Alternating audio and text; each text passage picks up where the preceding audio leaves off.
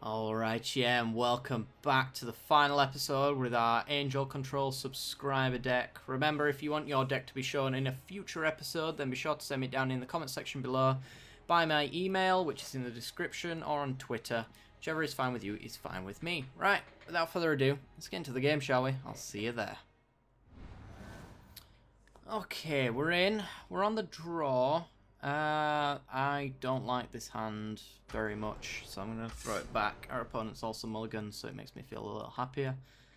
Don't like this one much better. Let's go back down to 5.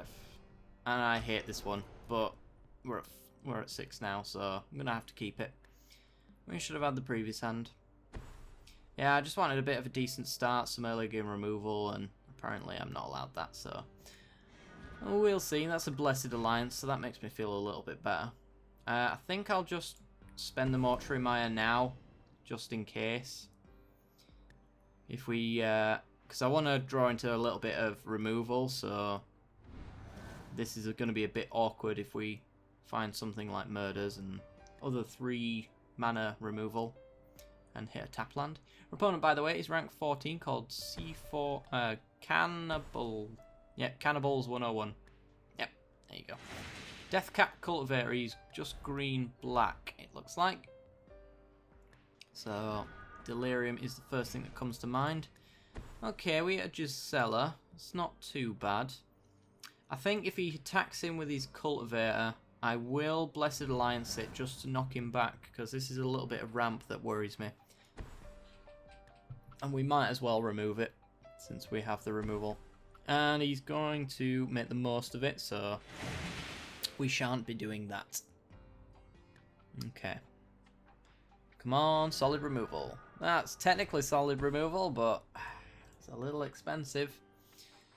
Right, we're going to pass the turn. So I'd just like to hit preferably a white source this turn, which would allow us to play the Gisela. Westvale Abbey, so he's planning on making tokens. Okay. And there's an Elvis Visionary. It's probably elves. Yeah, this guy's a human druid. Thought as much. Okay, so he gets to draw a card. He's down to 3. I think we still will Blessed Alliance to make him sack an attacking creature, because any of those are fine with me. Oh, we could do with a land coming very soon. So if he attacks, we'll use it. Come on. You know you want to. Or you... I was going to say, if you're just attacking him with that. Alright. Sacrifice an attacking creature, please. You. Fortunately, we didn't have the extra mana to gain some life off of it, but... at least we get rid of a Cultivator, which is a little bit of ramp for him. It ain't great. But we're just literally saving up for a planar outburst now. Which may never come. So this is like elves. Ooh, murder. Not bad. Not bad. I'm going to pass the turn over. And we're just going to see what he does. I think getting a little bit more information is worth the extra token he's going to get. Because he's nowhere near he's flipping his Armandal or anything like that. Shaman of the Pack. Right. Oh. Why are you making choices? There we go. I'm going to pause. Kill it now.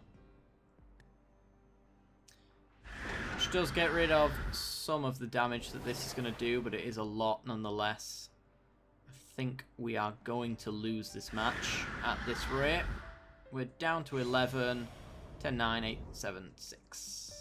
We're dead next turn. And we were mana screwed as well. So we don't have time for the planar outburst. Does Gisela keep us alive? There's a Languish. We don't hit it. Oh, that's annoying. Well, that's what happens when your hand's full of really expensive crap and you don't draw lands.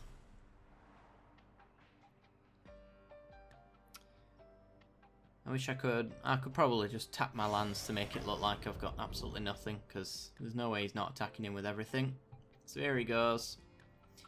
Yeah, I don't think there was any way we could have worked our way around that. Alright guys, I'll see you in the next game. Alright, we're in. We are on the draw. This hand doesn't look much better than our older one. Actually, it's alright. If we get a white source, we can cast everything. So, yeah, I suppose. So whether or not we want to throw the Mortuary Mire down on the ground. He is green-white. I figured by his avatar he'd be tokens. He's rank 30 Walker, by the way. We'll lead off with our basics. Since turn 3 we could read the bones. That's the thing why I might want to play the Mortuary Mire down tapped. We can't hold up Grasp of Darkness if I play it next turn. But if I don't play it next turn, we can't read the bones next turn unless we draw into a land. It's Duskwatch Recruiter. Another reason why I'm going to go for a swamp and get rid of it, because I don't want him playing cheap creatures. We get a replacement Grasp of Darkness, which is pretty good. So we're just going to get rid of that before he can untap and do all his shenanigans with it. And we've got a spare one. Could do with a white source though. An untapped white source right now would be pretty sweet. So it'd mean we'd be able to Kalatas as well in a reasonable time.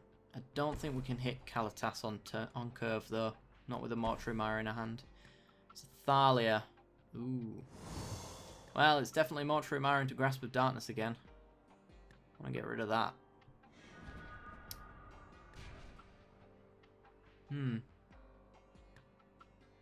Yeah, I still think it's Mortuary Mire into Grasp of Darkness, because next turn we can Plains and Kalatas on curve, and then we can just refill our hand in a future turn. It's a bit wasteful with the Mortuary Mire, but I suppose we could always Plains and read the bones to fill up our hand there, which could probably get us a source. Yeah, I suppose we're going to have to do that. It's not like the Thalia's really hurting our basic lands. So let's read the bones. Scry 2, draw 2, lose 2. Linvala, that we're nowhere near getting. I'm just going to take the Evolving Wilds, I think.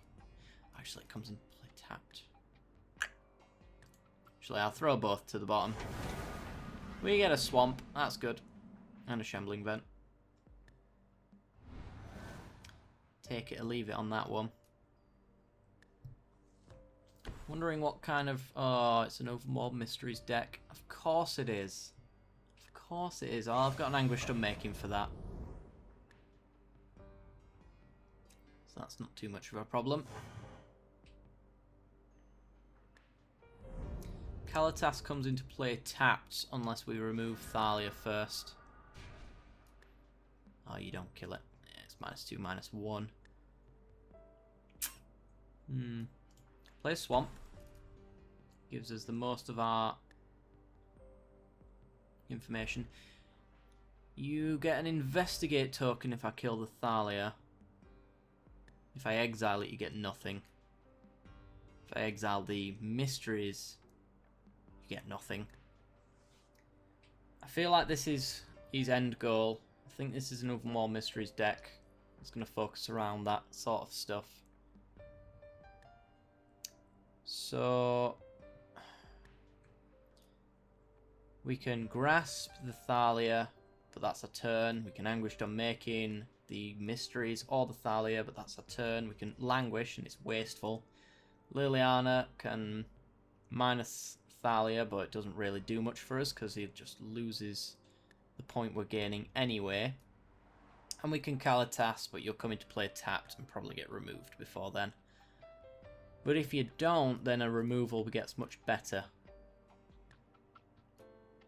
I think I'll just Kalatas and just hope you can't remove it. If you can remove it, then Mortuary Mire comes into play and gets it back. So we'll see. We might be able to get a little bit of advantage.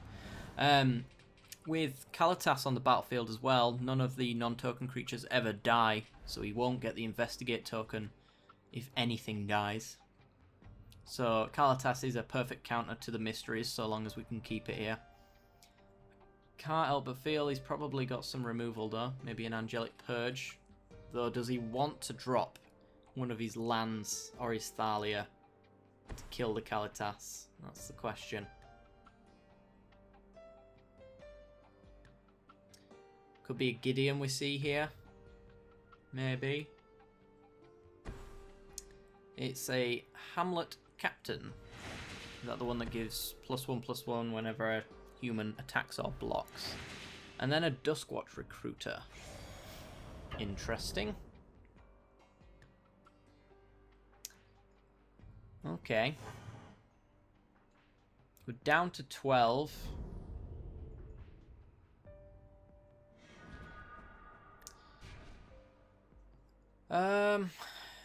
We could attack him with a Kalitas. See if he tries to double block Grasp of Darkness. Then we blow him out that way. Let's do that. He's tapped out, so there's no combat tricks. We're going to gain 3 anyway, no matter what happens. So that's going to undo Thalia's next attack. Let's see if he wants to double block to remove the Kalitas.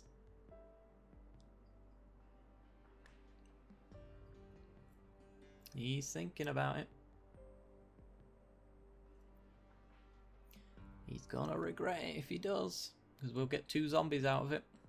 He's just gonna let it go. Smart move, sir. Smart move. Alright.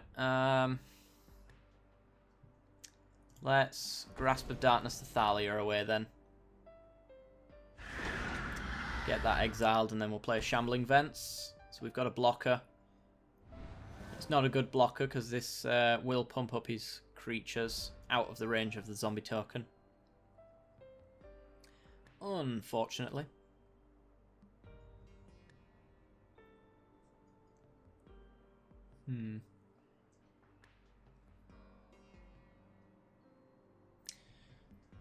So we're at 15. We know that he's not prepared to risk double blocking our Kalitas. So we could keep bluffing another Grasp in our hand by attacking into the creatures he's got now. It's whether or not he's going to play more or bigger creatures. I'm saving this Anguished Unmaking for that Mysteries though. I'm still dead set on that being a key part of his deck and his plan. Okay, he's going to get in. He's coming in with both, which pumps up all of his humans. Oh, actually, it only pumps up 1. Other humans you get. So if I chump there, am I going to exile it? I'm certainly going to get a pump spell out of his hand. I believe that's going to pump up some creatures. Yep. Okay. So he gains a little bit of life, we lose a bit. Now then. Let us... I think we want to hold back the Kalitas. It's Forsaken Sanctuary.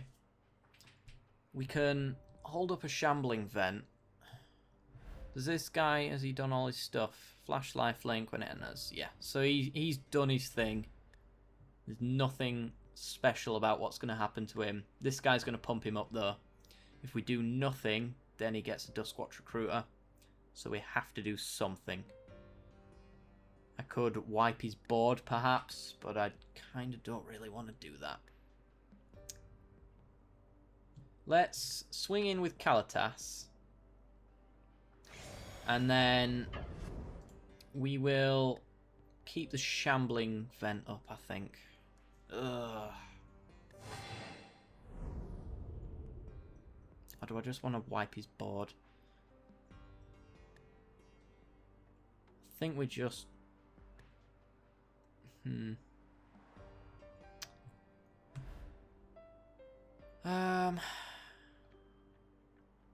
So it has to die. I was just thinking if I exiled a creature, would it count?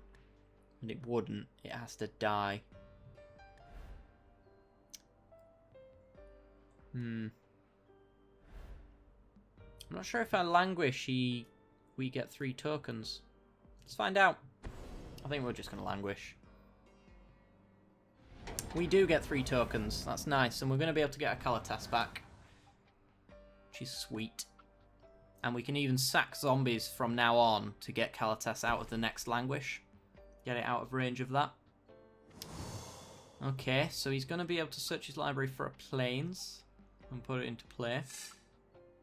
And there we go. Always watching. So actually, I think this is just a humans build. Green-white humans. So this isn't actually a favourable part. Alright, let's Liliana. Which is going to allow me to plus Liliana, taking that down to a 1-2.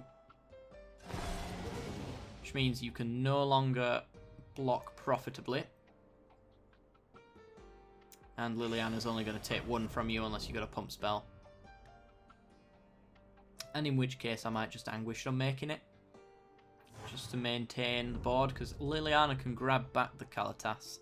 But we are going to Mortuary Mire and stick it on top of our deck.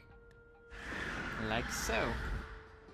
And pass the turn, leaving up the Anguished Unmaking.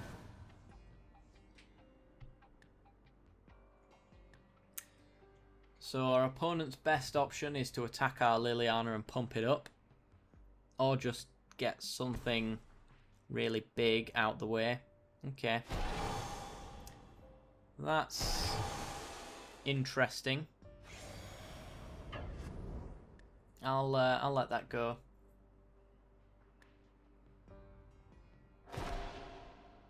Because what's going to happen is I'll play my Kalatas. And we're just going to attack in again like nothing else happens. So, bring you back down. I'm going to have to trade 1 zombie away with the Kalatas, but we can pay the 3 costs to sack whichever one he blocks with the Knight to make Kalatas even bigger. So let's do that. And then we have Kalatas back as a blocker as well then, who's going to be a lot bigger. Okay, so he's just going to take that. We are going to sacrifice... Yep, I don't know why you're asking me to fix my mana. Sacrifice that zombie and get some counters on Kalatas. Now 5/6 with lifelink.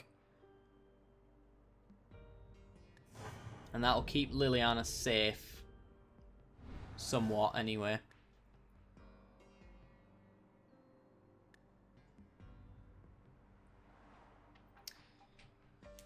Okay, so I think we're on the right footing now. Topan Freeblade, another human with vigilance. He's going to pump up his lieutenant. He's likely going to get in at our Liliana, or he might just even pass the turnover. He's just going to pass the turnover. So what we can do is we can plus our Liliana on his Knight. We can Languish again, get 3 more tokens in place of these guys. In fact, you know what? Let's... Ooh, have we got Bruno mana now? We do. That's interesting. We'll attack him with our zombies since we're going to lose them anyway. Let's see if he wants to trade. Because it looks... He's going to look to him like he shouldn't block. So it's whether or not he wants to call that bluff. Yeah, it looks like he's going to do it. Okay. It's fine. Doesn't matter which way you block. I am just going to... Actually, hang on. 4 mana. We've got 1 mana left up to sack the other zombie. Just make sure. Yes. So we'll sack that guy. Still got the 4 mana up. We've got a 7/8 lifelinker now. And Languish. Wipe his board. He's got 1 card in hand. We've got a 7/8 and 2 2/2s. 3 2/2s, sorry. And an Anguished Unmaking to get rid of whatever he puts in the way. Yes. There we go. Continue playing. What does the AI have for us then?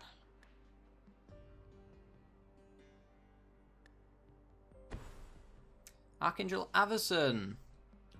This is going to be a really fitting removal spell for Avacyn. For those who don't know, that's Avacyn right there. Being unmade. Did you know that Sorin had created Avacyn? So it was cruelty beyond imagining, a pain beyond description, that it fell upon him to end her forever. And that's exactly what he's going to do. That is the land, the final land. This is a flavour win. Unmake that Avacyn, please, Sorin. And let's get in for lethal. GG! And there we go. Walk it down.